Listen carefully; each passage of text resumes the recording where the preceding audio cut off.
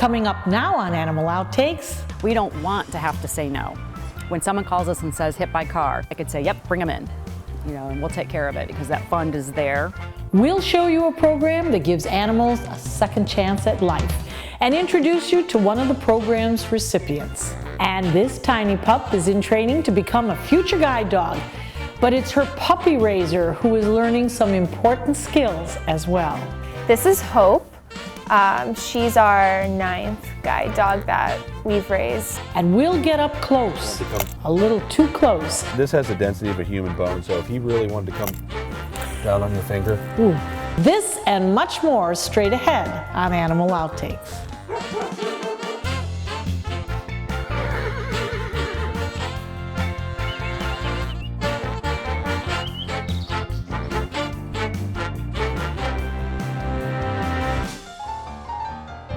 Hello and welcome to Animal Outtakes. I'm Marcia Panucci and this is my trusted canine co-host, Zeus.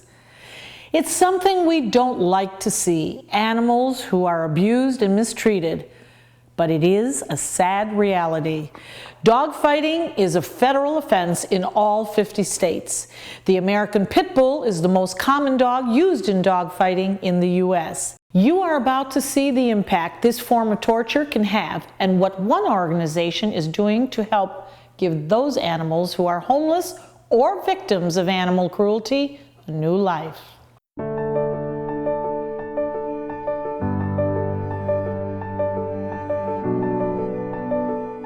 You wouldn't be able to tell now, but it was just a year ago when Sunset here was near death. We have to figure that she was a bait dog from the way she looked when she came in. Absolutely true. She has the typical signs of a bait dog. She was used for breeding, maybe 2 times, never know.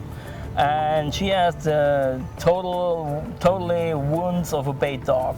Bite marks all over. The ear was totally ripped apart. A few teeth are missing.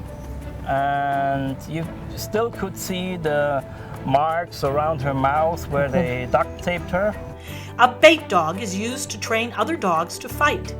And this is what Sunset looked like when she was found dumped on Sunset Boulevard. She had severe wounds all over her body. But Sunset was about to get some help from the Gulf Coast Humane Society with a program called the Second Chance Fund. It's enabled me as the director, when an animal comes in, like Sunset for instance, when she comes in, I may have to make a choice that maybe we have to euthanize because it's medically necessary. But because of that fund, I can say, okay, Sunset has all these injuries, but we can help her. It gives us that opportunity. We have the funds in that bank account that is dedicated just for medical expenses that are above and beyond our normal medical expenses. The program is designed to help those animals who are sick and need extreme medical care. Many of the recipients are found abused and demand expensive surgeries or treatments in order to survive. The Second Chance Fund gives these animals an opportunity to recover, be adopted, and live a healthy and happy life. And do you think on some level she realizes she's got a second chance? Every day. Now Sunset is thriving. Ralph Sturm came every day for nearly 2 months until he could adopt her. The fact that Sunset had a rough start to her life didn't keep Ralph away. With dogs they are like you raise them. If they are in the wrong hand and raised wrong, you get a dog which is not socialized, and that's the only problem. Do you find that the forgiveness on their part is monumental to us who have created the problem? It's more than monumental, I'm pretty sure. It's incredible. Now, Sunny weighs, she's, pardon my 85 pounds now. I was going to say she is full figured now. Yeah. She has a beautiful coat. She's a sandy color. She's got the pink nose. She might be a little bit red nose pit, a little bit. Yeah. And you figure that she's about 3 years old. So what is her health now and what is her behavior now? She is perfectly healthy. She still feels a little uncomfortable in areas she don't know. She's totally easy with all other dogs, with all other animals. We have 2 other dogs at home. We have a cat at home. No problems at all. No aggression? No, not at all. How about with children? Has she been around children? Yeah, you can put her in the kindergarten and she feels happy. So once again, we debunked the myths about the pit bulls. So if somebody came up to you in that situation and saw you in Sunset and said, whoa, this is a pit bull, why did you do it? What would be your answer? Why shouldn't I? All the money donated into the Second Chance Fund goes directly to those animals who have been abused or neglected. These animals all can be placed in new homes and adopted. Sunset's owner hopes by telling her story, more people will understand that dog fighting is a national problem and to donate to your local humane society, many of which have this fund. And she sure is getting the word out there. Sunset is on Facebook and has nearly 3,000 followers. Here is another inspirational story for you. This is a story that shows it doesn't matter how old you are, you can have a big impact in an animal's life. There is no doubt puppies can be a lot of hard work, a 24-hour commitment. But what if you were raising a puppy that may grow up to have a very important role, being a guide dog? This next story shows us how all that responsibility paid off in a big way for all involved.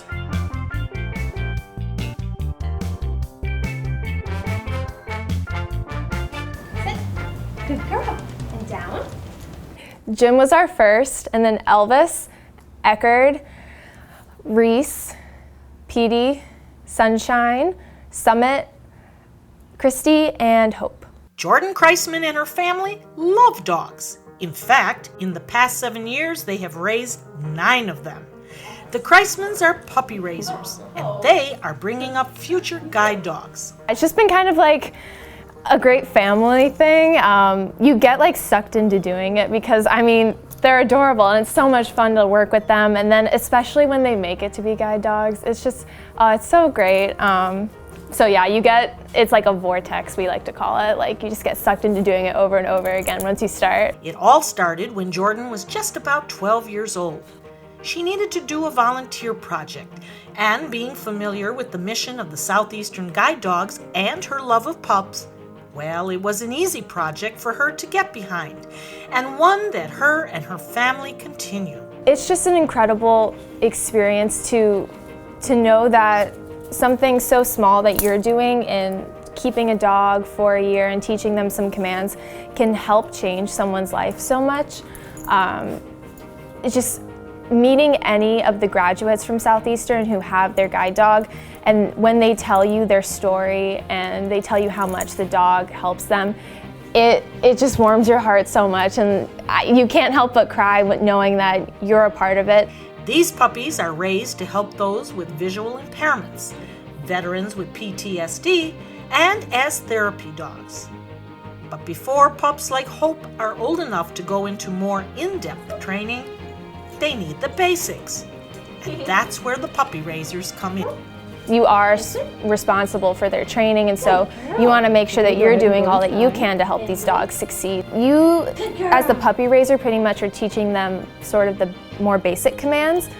So like sit, stay, down, stand, come, that sort of thing. Just so they get just nice like behavior. And then once you send them back to Southeastern, that's when they learn the more advanced training, like how to work, like how to walk on different environments and like in busy streets or like escalators, that sort of thing. But we just do more of the basic commands and like the socialization. So like taking them out and about, getting them used to being out in public places and that sort of thing. Keeping the dogs for about a year, the Kreismans say the puppies are not the only ones learning some life skills. It's taught the kids responsibility and selflessness and doing something for someone else, and you know what it's like to give of yourself and then have to give a part of that away. It kind of gives you empathy and teaches you that, that the world is about everyone and not just about you, or, and just what your impact can have on somebody's life as well. Now that Jordan is away in college, she says being a puppy raiser is a family tradition that she plans on continuing. And they've been a part of my life for so long now that it's almost weird to think about not having one anymore. The folks at Southeastern Guide Dogs say they need about 250 puppy raiser volunteers every year. That's all thanks to Mother Nature. If you would like more information about becoming a puppy raiser and all that's involved, visit guidedogs.org. Coming up next on Animal Outtakes, oh, don't be fooled, this isn't just any turtle. We'll introduce you to some snapping turtles, and you'll get to see up close why their name suits them well. Stay with us. Ciao, amici! It's time for Carnevale de Cani, Top Dog 2017. Benefiting Dante's Den is the Carnival of Dogs. Join us at the Francis for an evening of great food and fun as dogs compete for the title of Best Dressed, Best Hair, Best Kiss, and Best Singer. Top Dog is a party for dog lovers and their four-legged best friends. Come celebrate our favorite pets at Top Dog 2017, Saturday, February 4th at 6:30 p.m. People have asked me what it'll cost to restore all the corals back the way they remember. But I have to ask them, what will it cost if we don't do anything?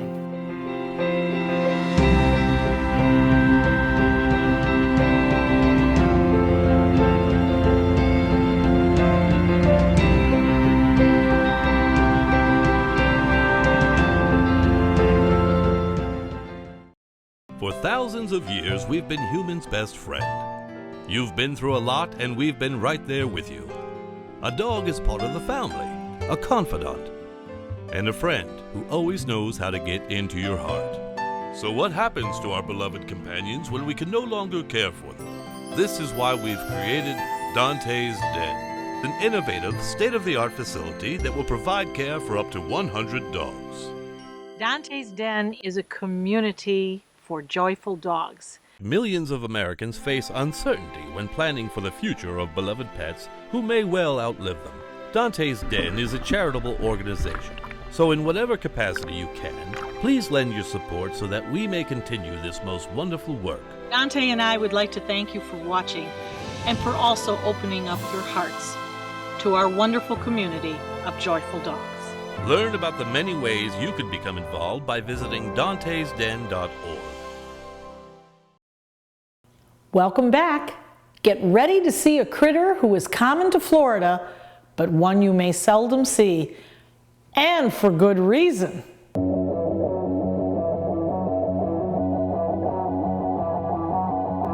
The first thing you'll notice about Kong is his size.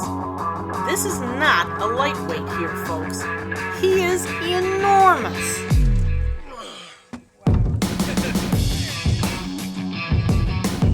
This is the famous alligator snapping turtle. This is the true alligator snapping turtle. He's very, very old, and he likes to bluff a lot. He's like a grumpy old man. Yeah.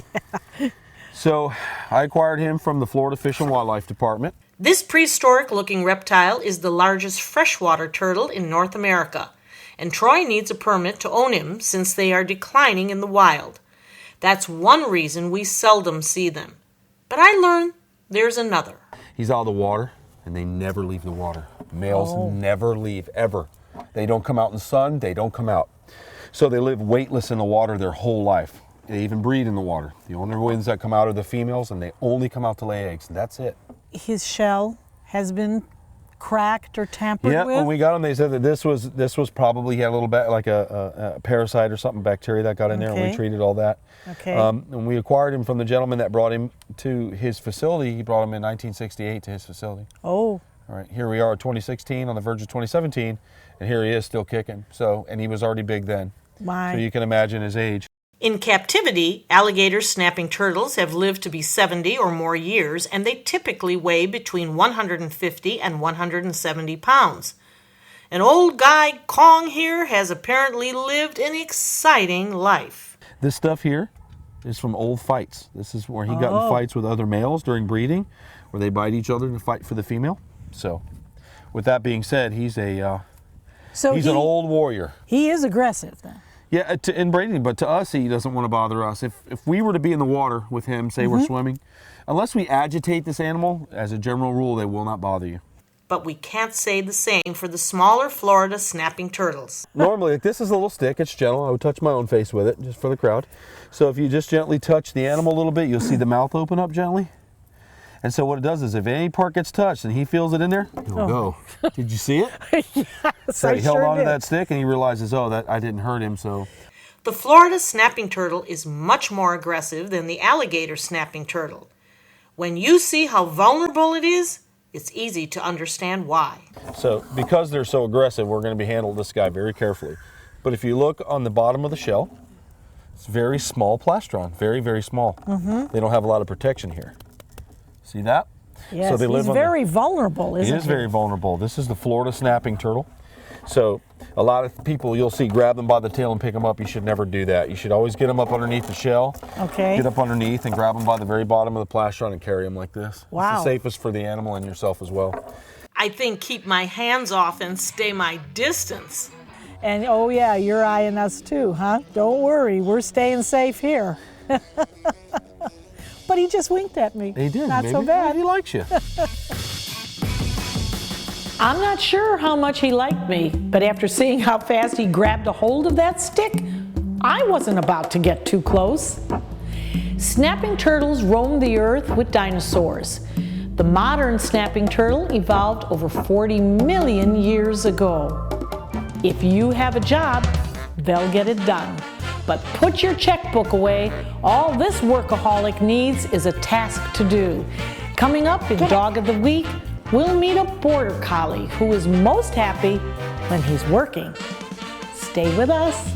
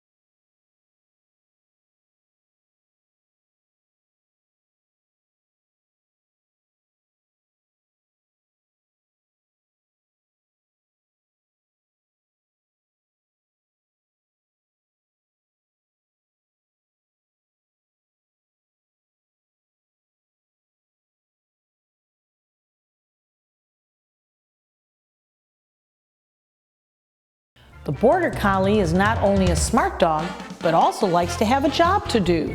They are one breed that continues to be employed herding livestock. And it's a job they do extremely well. Let's take a look.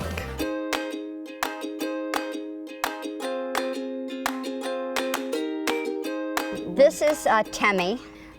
He is a Border Collie. He is a little different looking maybe than what you see in the breed ring. So Temmie is a working line Border Collie. The working line dogs have no standard appearance. In England, Scotland, Wales, and Europe, there's nothing standardized about their appearance. They can be big, little, multicolored, it doesn't matter.